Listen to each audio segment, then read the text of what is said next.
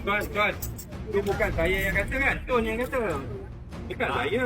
Saya beri offer RM1,000 kaki lagi. Okey. Sebetulnya tak paksa buat press conference. Bukan cakap apa. Siapa? Saya kata.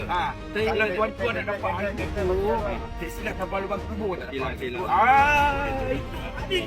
Betul. Macam mana ni? Ayat saya dah. Ya. Saya tidak ada. Tidak saya tahu cara. Macam macam ni nak ni. Macam ni nak ni. Orang kuat saya. Saya tahu bapa Kamu macam ni tak saya. arwah mak saya Aduh mana memang baik. memang sudah. Jangan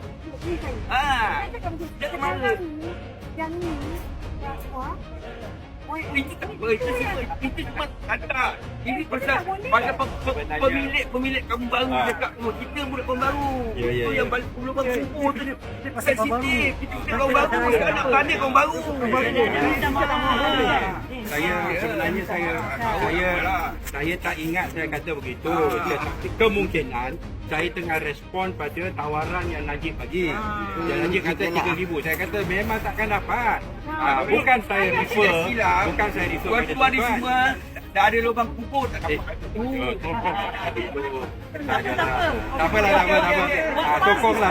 Tokong dia. Tak apa. What pass is part, correct? What pass part?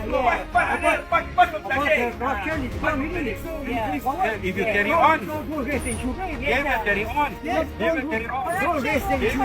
No, they will carry on. If you give them back, they will carry on. Tapi lepas nak kerajaan kau barang naik semua nak ke kan? Okay.